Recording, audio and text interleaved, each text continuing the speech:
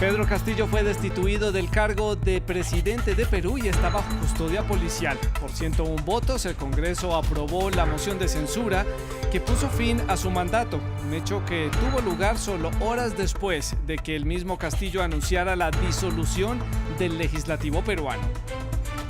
A 16 años de cárcel fueron condenados el expresidente de Guatemala, Otto Pérez Molina, y la exvicepresidenta Roxana Baldetti.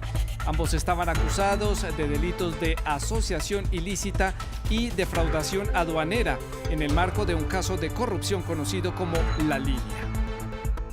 Y comenzó oficialmente en Montreal, Canadá, la Conferencia de Naciones Unidas sobre Biodiversidad COP15.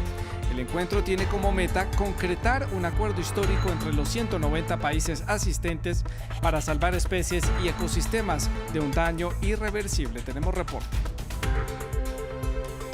Bienvenidos a este informativo de France 24 en el que hacemos énfasis en las noticias más destacadas del continente americano. Solamente 16 meses estuvo Pedro Castillo como presidente de Perú. El ahora exmandatario fue destituido por el Congreso horas después de que anunciara la disolución del legislativo. Castillo se encuentra ahora detenido por las autoridades que ya han comenzado diligencias preliminares por presunta comisión de los delitos de rebelión y conspiración. Francisco Zacarías desde Lima nos da más información. Dina Boluarte, una abogada de 60 años, se convierte en la primera mujer presidente en la historia del Perú. Tras asumir el cargo, pidió una tregua política y convocó a la más amplia unidad de todos los peruanos. Dependerá de los acuerdos y las alianzas políticas que pueda establecer construir un gobierno de ancha base que se espera culmine en el 2026. José Almagro, secretario general de la OEA, felicitó a Boluarte como nueva gobernante del Perú en reemplazo de Pedro Castillo, a quien el Parlamento destituyó mediante un proceso de vacancia presidencial por haber anunciado el cierre del Congreso. Para muchos esto fue un autogolpe de Estado. Es por eso que la Defensoría del Pueblo de este país pidió a la Fiscalía iniciar acciones penales contra Pedro Castillo. El exgobernante se encuentra detenido en la prefectura de Lima y ve un panorama sombrío porque la justicia lo procesará por el delito de rebelión, por el que según algunos juristas podría ser deshabilitado hasta por 10 años. Dependerá de la Fiscalía si solicita una prisión preventiva por este caso y por las 6 acusaciones de presunta corrupción que arrastra Castillo. Mientras tanto, Dina Boluarte se encuentra aquí en Palacio de Gobierno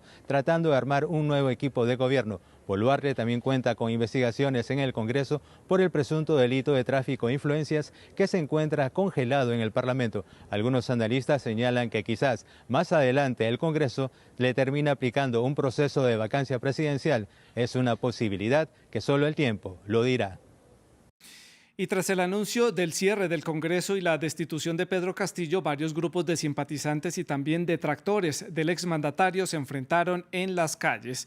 Los choques tuvieron lugar en el centro de Lima, frente al lugar donde permanece detenido Castillo. Ante el aumento de los enfrentamientos, la Policía Nacional de Perú intervino usando gases lacrimógenos para dispersar a los manifestantes y para dispersar también los choques. Tanto las autoridades como los medios de comunicación locales no han reportado incidentes mayores en otras ciudades del país. Y los hechos en Perú han tenido eco no solamente en la región de América Latina, sino también en organismos internacionales y en otros lugares del planeta. El mundo entero sigue con atención el desarrollo de la situación política en Perú.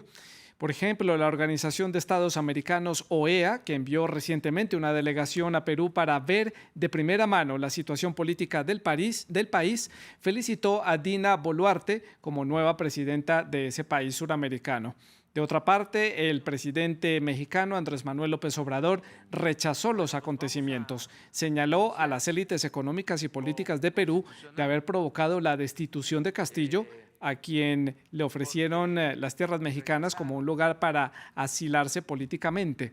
Desde Bogotá, el gobierno colombiano hizo también un llamado al diálogo y condenó los hechos que atentan contra la democracia. Y entre tanto, en Chile lamentaron la crisis política y también pidieron el uso de mecanismos democráticos para respetar el Estado de Derecho en ese país. Colombia, México.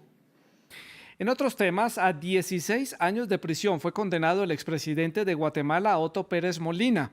Así lo dio a conocer la justicia de su país. El exmandatario y la exvicepresidenta Roxana Baldetti fueron declarados culpables de los delitos de asociación ilícita y casos de defraudación aduanera. Baldetti también recibió una condena similar por un caso de corrupción conocido como La Línea, que llevó a la caída de su gobierno en el año 2015. La decisión de la justicia fue dada a conocer en la jornada de hoy en una audiencia en la que tanto Pérez como Baldetti fueron absueltos del delito de enriquecimiento ilícito. Ambos habían declarado o se habían declarado inocentes de los señalamientos que dieron lugar justamente a este juicio en su contra. Y nos vamos ahora hasta el norte del continente porque comenzó en Montreal, en Canadá, la Conferencia de Naciones Unidas sobre Biodiversidad COP15 con el desafío de determinar un acuerdo histórico para salvar especies y ecosistemas de tener una destrucción irreversible. Los delegados de más de 190 países tienen 2 semanas para llegar a ese acuerdo que puede ser una última oportunidad para la humanidad. Desde la ciudad de Montreal, Carolina Villamediana nos da más información de esta primera jornada de la COP15. Este miércoles 7 de diciembre comenzó en el Palacio del Congreso de Montreal la COP15, la Cumbre de las Naciones Unidas para la Diversidad Biológica. En esta primera jornada de este importante encuentro se realizó un trabajo más logístico. Se estuvo organizando todo lo que tiene que ver con lo que va a pasar en los próximos días y se espera que para este jueves, en la segunda jornada de la COP15, ya comiencen a discutirse aspectos claves de ese primer borrador que ya existe del acuerdo macro que se espera aprobar de aquí al 19 de diciembre, fecha en que termina esta importante cumbre. Hoy también estuvieron discutiéndose aspectos que tienen que ver con la COP16 que se va a celebrar en la Turquía y la COP17 que se celebraría en una ciudad de Europa Central y del Este. En paralelo también estuvieron ocurriendo algunos acontecimientos en las afueras del Palacio del Congreso. Hubo algunas manifestaciones en horas de la mañana y a la 1:30 de la tarde ya la situación estaba en total calma. El operativo policial en los alrededores del Palacio del Congreso se mantiene y también sigue cerrada la estación de metro de Square Victoria, que está cerrada desde que comenzó la COP15 y lo va a estar hasta que termine. La alcaldesa de Montreal también se pronunció sobre el tema y dijo que Montreal recibía a todas las voces que quisieran expresarse y que al contrario de criticar estas manifestaciones, consideraba que son algo que esperar y que de alguna manera las motiva y las celebra.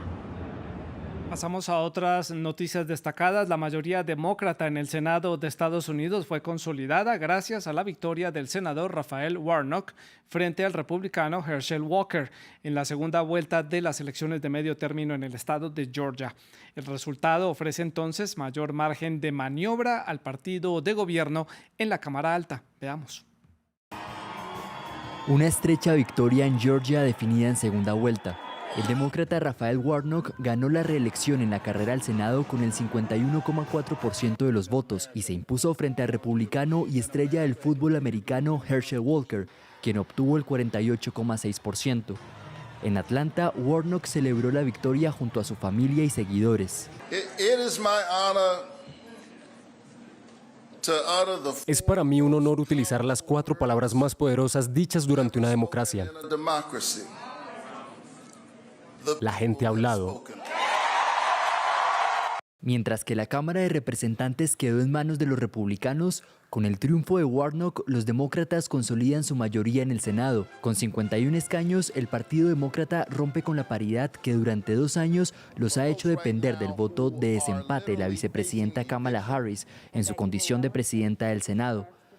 Tampoco dependerán del senador demócrata Joe Manchin, que a pesar de hacer parte del partido de gobierno es defensor de los combustibles fósiles y ha bloqueado iniciativas en materia ambiental del presidente estadounidense Joe Biden.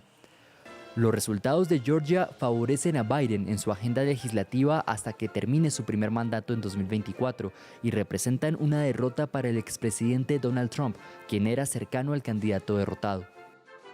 Georgia se consolida como un bastión demócrata en el Senado, pues los 2 escaños asignados para este estado se pintaron de azul en las elecciones de medio término. Junto con Warnock, en la Cámara Alta del Congreso estará Jon Ossoff, también demócrata. Las elecciones celebradas el martes en el estado sureño fueron la segunda vuelta de los comicios de medio mandato celebrados el 8 de noviembre, en los cuales ninguno de los 2 aspirantes logró superar la barrera del 50% de los sufragios. Esto en las noticias. Gracias por su sintonía.